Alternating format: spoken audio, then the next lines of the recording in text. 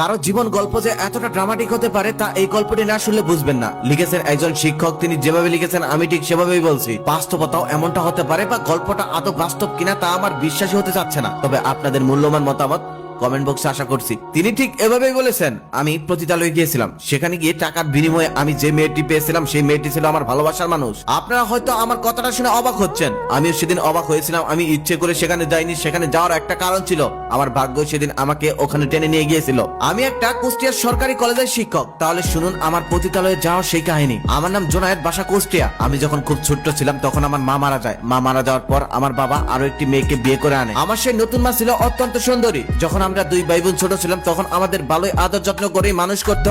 তবে আমরা যতই বড় হচ্ছিলাম ততই আমাদের উপর অত্যাচার বেড়েই যাচ্ছিল। আমার বাবা আমাকে স্কুলে ভর্তি করিয়ে দেয়, কিন্তু সৎ মা স্কুলে যেতে দিত না। আমার আপুকে দিয়ে বাড়ির সমস্ত কাজ করিয়ে নিত। এত কাজ করতে করতে আপুর খুব কষ্ট হতো। সারাদিন আমাদেরকে দুই বেলা খাবার দিত, তাও অল্প একটু। আমার বাবা এসব কিছুই জানতো না, কারণ সে ভোরবেলা দোকানে চলে যেত, রাতের বেলা বাসায় ফিরত।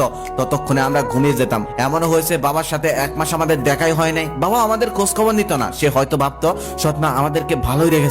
আপুকে দিয়ে বাড়ির সকল কাজ করিয়ে নিত। সকালবেলা গোয়াল থেকে গরু ছাগল বের করা, বাড়ি ঘর ঝাড় দেওয়া, থালা বাসন পরিষ্কার করা, রান্না করা, সমস্ত কিছু ওই ছোট্ট মেয়েটাকে দিয়ে করানো হতো। যদি কখনো আপুর একটু কাজ করতে দেরি হতো তখন তাকে অনেক মারধর করতো। তখন সে কান্না করতো। আর মায়ের সময় আমি যদি কখনো কাছে যেতাম তাহলে আমাকেও মারতো। তাই আমি ভয়ে কখনোই তার কাছে যেতাম না। একটা গেরস্ত বাড়ির যত কাজ তার সমস্ত কাজ আপুকে দিয়ে করানো হতো। আমাকে দিয়ে গরু ছাগলের ঘাস কাটানো হতো ও গরু ছাগল নিয়ে মাঠে পাঠিয়ে দেওয়া হতো। আর আমরা যদি কখনো কাজ না করতে চাইতাম তাহলে আমাদেরকে প্রচুর মারধর করতো। এমনকি ঠিক মতো ভাতও খেতে দিত না আমাদের। আপুই মাছ মাংস রান্না করতো, কিন্তু আমাদের কপালে জুটতো ডাল ভাত, তাও আবার অল্প, যেগুলো খেয়ে 3 গ্লাস পানি খাওয়া লাগতো। আবার সৎ মায়ের পরিবার থেকে মাঝে মাঝে আত্মীয় আসতো, মিষ্টি ফলমূল অনেক কিছু নিয়ে আসতো, তবে আমাদের কখনোই দিত না। ছোট ছিলাম তো তাই লোভ হতো। একদিন আমি আর আপু 2টি মিষ্টি চুরি করে খেয়েছিলাম, তবে শান্তি পাইনি। সেই মিষ্টি খাওয়ার পর মা জেনে যায় আর প্রচুর মারধর করে আমাদের। বিশ্বাস করেন তারপর থেকে আমি আর জীবনে কখনো মিষ্টি ছুঁয়ে দেখিনি। সৎ মা আমাদের সাথে বাবার সামনে একটু ভালো আচরণ করলেও বাবার অগোচরে চলতো এরকম কঠিন অত্যাচার। আমি কখনোই নিয়মিত স্কুলে যেতে পারতাম না। মাঝে মাঝে স্কুলে যেতাম আর রাতে লেখাপড়া করতাম আর দিনে করতাম সমস্ত কাজ। এভাবে চলে গেল কিছু বছর। আমি তখন ক্লাস 9-এ পড়ি। এত বড় হয়েছি, তবে কখনোই আমাদেরকে নতুন পোশাক কিনে দেওয়া হতো না। বাবা যদি কখনো মাঝে মাঝে কিনে দিত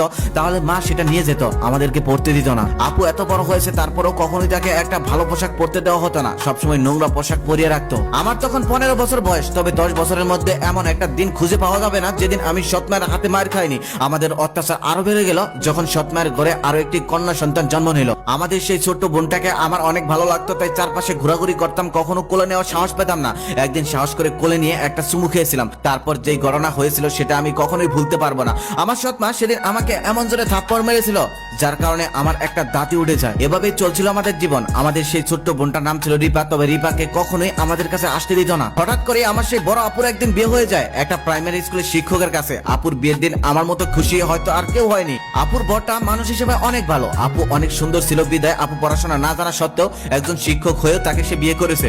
আপু যে শ্বশুর শাশুড়ি পেয়েছে তাদেরকে শ্বশুর শাশুড়ি বললে ভুল হবে। আপু একদম বাবা মাই পেয়েছে। আপু অনেক সুখে আছে, এগুলো সৎ মায়ের সহ্য হতো না। আপুর বিয়ে হয়ে যাওয়ার পর আমার অত্যাচার আরো বেড়ে যায়। আমাকে মেয়েদের কাজগুলো এখন করতে হয়। আমি সেই সমস্ত কাজ করার সময় আমার ছোট্ট বোন রিপা যদি আমাকে হেল্প করতে আসতো তাহলে মা ওকে বকা দিত আর বলতো ওই অপরাধের কাছে কখনোই যাবি না, গেলে তোকে মেরেই ফেলবো। আমাকে আমার সৎ মা কেমন খাবার দিত রিপা তো সব জানতো। রিপা আমার সৎ বোন হলো আমি কখনোই ওকে সৎ চোখে দেখিনি। আর রিপাও আমাকে অনেক ভালোবাসতো, কখনোই সৎ ভাই হিসেবে দেখেনি। রিপার রুম থেকে আমার রুমে আসার একটা দরজা ছিল। প্রত্যেকদিন রিপা ওর খাবার বেশি বেশি নিয়ে রুমে আসতো। মা বললে বলতো আমার রাতে ক্ষুধা লাগে তাই আমি রাতে খাই। তবে সেই খাবারগুলো প্রত্যেকদিন সে এসে রাতের বেলা আমাকে খাইয়ে দিত। আমি সেই খাবারগুলো খেতাম আর কান্না করতাম। এটা আমার প্রত্যেক রাতে সুখের কান্না ছিল। এভাবেই এসএসসি পাস করে ফেললাম। তেমন একটা স্কুলে না গিয়েও A+ পাই, কারণ আমি সারা রাত জেগে লেখাপড়া করতাম আর চিন্তা করতাম একদিন লেখাপড়া করে এই বাড়ি থেকে পালিয়ে যাব আর নিজেকে মুক্তি দেব। আমি সবসময় ভাবতাম ইন্টার পাসটা কোন রকম করেই বাড়ি থেকে আমি পালাবো। তারপর 2 বছরের মধ্যে ইন্টার পরীক্ষা দিলাম, ইন্টারেও ভালো রেজাল্ট করলাম। তারপরও আমার সৎ মা রোজই আমাকে মারতো। আস্তে আস্তে বাবা অত্যাচার শুরু করলো, কারণ সেই সৎ মা ছিল অত্যন্ত সুন্দরী। তার কথা যদি আমার বাবা না শুনতো তাহলে সে বলতো বাড়ি থেকে চলে যাব, আর এই বয়ে বাবা সমস্ত কথাই তার শুনতো। তারপর একদিন অত্যাচার সহ্য করতে না পেরে চলে যায় আপুর বাসায়। আপুর বাসা ছিল রাজশাহীতে। সেখানে যাওয়ার পর আপু এত খুশি হয়েছিল যে আমাকে দেখার পর 10 মিনিট জড়িয়ে ধরে কান্না করেছিল। এমন দৃশ্য দেখে আপুর বাসা সবাই সেদিন কান্না করে দিয়েছিল। সেই বাসায় সবাই ছিল শিক্ষিত মানুষ, শুধু আপু আপু লেখাপড়া জানতো না, তবে দুলাভাই এখন আপুকে বই এনে পড়িয়ে অনেকটা শিখিয়ে ফেলেছে। এখন আপু ইংরেজিতে কথাও বলতে পারে। আপুর একটি ফুটফুটে বাবু হয়েছে। তারপর আমি সেখান থেকে লেখাপড়া শুরু করলাম। অনেক কষ্ট করে রাজশাহী বিশ্ববিদ্যালয়ে চান্স পেয়ে গেলাম। আপুর বাসায় আসার পর থেকে আর কখনোই মা বাবার সাথে কথা বলিনি। ছোট বোন মাঝে মাঝে ওর ম্যামের ফোন দিয়ে ফোন দিত, বাড়ি থেকে ফোন দিতে পারতো না ভয়ে। আপুর বাসার সবাইকে নিয়ে কিউট ভাগ্নিকে নিয়ে ভালোই কেটে যাচ্ছিল দিন। মনেই হচ্ছিল না তারা আপুর শ্বশুর শাশুড়ি, মনে হচ্ছিল তারা আমার আপন বাবা মা। দুলাভাই সে তো অন্য রকমের একজন মানুষ। আমার কখন কি লাগতো সে সবসময় খেয়াল রাখতো। আমি একবার একটা টিউশনি করতে চেয়েছিলাম, তবে আপুর শাশুড়ি আমাকে বলেছে আমার ছেলে কোনো টিউশনি করতে পারবে না। সেদিন আমি অনেক কান্না করেছিলাম। সে কান্না ছিল খুশির কান্না। আমার দিন ভালোই কাটছিল, দেখতে দেখতে লেখাপড়া শেষ হয়ে গেল। হঠাৎ একদিন আমার সৎমা আর বাবা আসলো আমাদের বাড়িতে। শুনলাম তারা নাকি আমাকে নেওয়ার জন্য এসেছে। আমি সেদিন যেতে চাইনি, কিন্তু ছোট বোন রিপা আর আপুর কথায় সেদিন আমার কুষ্টিয়া ফিরে যেতে হয়েছিল। বাসায় আসার পর সৎমা ভালোই ব্যবহার করতো, ভালোই খেয়াল রাখতো। এদিকে প্রত্যেকদিন আমি আপুর সাথে ফোনে কথা বলতাম। তার কিছুদিন পর বাড়ির কাছে একটা সরকারি কলেজে চাকরি পেয়ে যাই ভালো রেজাল্ট থাকার কারণে। ভালোই চলছিল দিন। এভাবে চলতে চলতে কিছুদিন পর একটা এতিম মেয়ের সাথে আমার সম্পর্ক হয়। ওর বাবা মা ছোট কালে মারা গেছে। ও মামার বাড়িতে থেকে মানুষ হয়েছে। মেয়েটার নাম হলো নিন্দা। নিন্দা আবার অনার্স থার্ড ইয়ারের পরে ওর সাথে পরিচয় হয়েছিল ওর মামার সাথে। ওর মামা আমাদের কলেজেরই প্রফেসর। নিন্দা যদিও শ্যামলা ছিল, কিন্তু দেখতে অনেক মায়াবী। ওর দিকে একবার তাকালে চোখ ফেরানোই যায় না। নিন্দার মামা তখন বুঝে গিয়েছিল আমাদের মধ্যে কোনো সম্পর্ক আছে, তবে তিনি কোনো আপত্তি করেনি। তিনিও ঠিক করেছিলেন তিনি নাকি নিন্দাকে আমার সাথে বিয়ে দিবেন। এদিকে বাসা থেকে সৎমা চাপ দিতে লাগলো, কারণ তার বোনের মেয়েকে নাকি আমাকে দিয়ে আনবে। কিন্তু আমি সেটা সোজাসুজি না বলে দেই। আর না বলার পর থেকে আবার আমার সৎমা আমার সাথে খারাপ আচরণ করতে শুরু করে। আমি সেদিন কিছুটা বুঝতে পেরেছিলাম এতদিন আমার সাথে একটু ভালো আচরণ করার কারণটা। ওই সময় একটা ছেলে নিন্দাকে প্রত্যেকদিন বিরক্ত করতো। তারপর আমি ওই ছেলেকে প্রচুর মারধর করেছিলাম। ছেলেটা নেশা করছিল আর যাওয়ার সময় বলে গিয়েছিল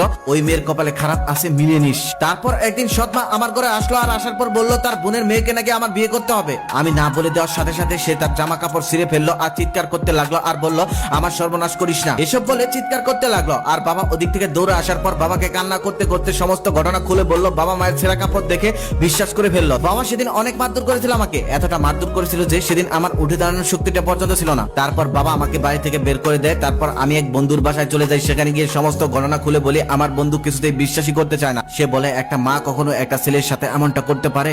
ওদিক থেকে আবার নিন্দার মামা খবর দেয় নিন্দাকে নাকি পাওয়া যাচ্ছে না। অনেক খোঁজাখুঁজি করার পরেও তাকে পাওয়া যাচ্ছে না। তখন আমি তো আরো চিন্তায় পড়ে যাই। অনেক খোঁজাখুঁজির পর জানতে পারি যে নিন্দাকে নাকি ওই ছেলেটা নিয়ে জোর করে খারাপ জায়গায় বিক্রি করে দিয়েছে। তারপর আমি সেখানে যাই আর সেখানে গিয়ে নিন্দাকে দেখতে পাই। নিন্দাকে দেখে আমি জড়িয়ে ধরি আর জড়িয়ে ধরার কারণে সেখানকার মানুষ কিছুটা সন্দেহ করে ফেলে। সেখানে থাকার সেই মহিলাটা তখন বলে এটা ভালোবাসার জায়গা না, যা করতে এসেছো করো আর তাড়াতাড়ি এখান থেকে চলে যাও। আমি তখন তাকে রুম থেকে বের হয়ে যেতে বলি, কিন্তু সে সন্দেহ করে ফেলে। সে বলে যা করতে হবে আমার সামনেই করো, আর যদি এদিক সেদিক করো তাহলে কিন্তু একদম পুলিশে দিয়ে দিব। নিন্দার চোখে ততক্ষণে শুধু জল ঝরছিল। ওই মহিলাটা একটু সময়ের জন্য বাইরে যায় আর ওই সময় আমি পুলিশকে ফোন করি। পুলিশ আমার পরিচিত হয়, অতি শীঘ্রই সেখানে চলে আসে। তারপর ওই মহিলাকে আর ওই ছেলেকে গ্রেপ্তার করা হয় আর আমিও নিন্দাকে সেখান থেকে উদ্ধার করতে সক্ষম হই। আমাদের বিয়েতে আমাদের আপুর শ্বশুর বাড়ির সবাই থাকে। পরে বাবাও নাকি ছোট বোনের কাছ থেকে জানতে পেরেছে আসল ঘটনা। ঘটনা জানার পর আমার সেই সৎমাকে বাবা বাড়ি থেকে বের করে দিয়েছে। বলেছে আমার বাড়িতে আর কখনোই আসবি না, তুই যা টাকা পয়সা পাস সমস্ত টাকা আমি তোর কাছে পাঠিয়ে দেবো। তারপর বাবা তার ভুলের জন্য আমার কাছে ক্ষমা চায়। অতঃপর আমরা অনেক সুখে শান্তিতে সংসার করছি সবাই মিলে।